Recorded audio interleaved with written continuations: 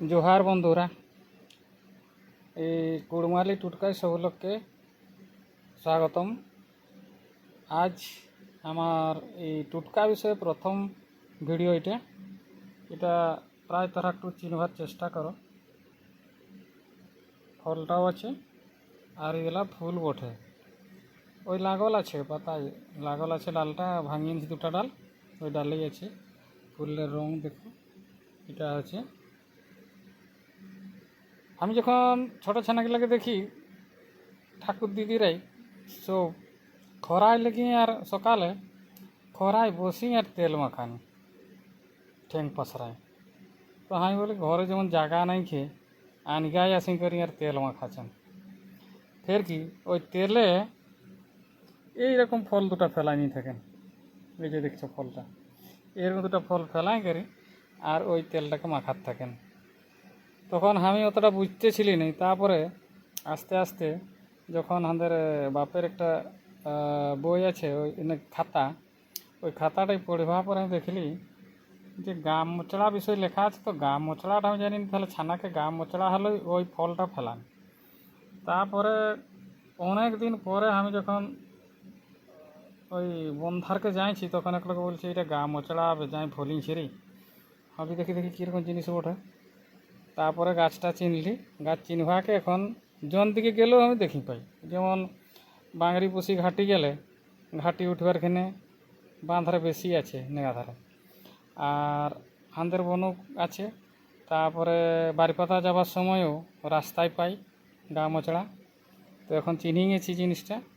এর গুণাগুণ হচ্ছে এটা হচ্ছে পেটের রোগে পুরা মহৌষধি বটে।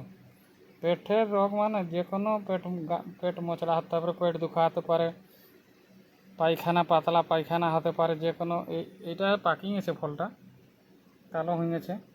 এটা যদি সবুজ সবুজ থাকবে না ওই তখন ওটাকে পিসি করি আর জলে গুলি আর খেতে হবে। একটা খাও বা দুটা খাও, তবে কবিরাজদের পরামর্শ লিয়াটা খুব ভালো। কেনে আমি তো তেলে ফেলাই করি ছানাকে মাখার দেখি ছানা আর মোচড়াই হয়নি, মানে পেটের দোষ থাকে, মায়ের দুধ হজম হয় নাই ওই করি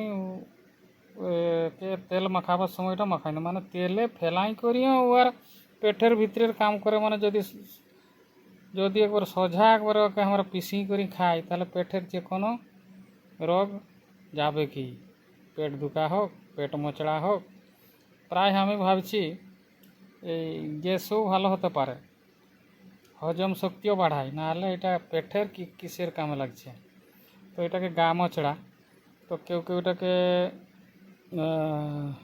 হিন্দি মরড় ফলি বলেন, হিন্দি মরড় ফলি, আর উড়িয়ায় বলেন পেড়িকা ফল বলেন। আর তো বাংলার নামটা তো আমার মনে করি পাচ্ছি নি। তা হ্যাঁ ও বাংলা যাক উড়িয়া যাক আমাদের কুড়মালিয়ে তো এটা হচ্ছে গা মোচড়া।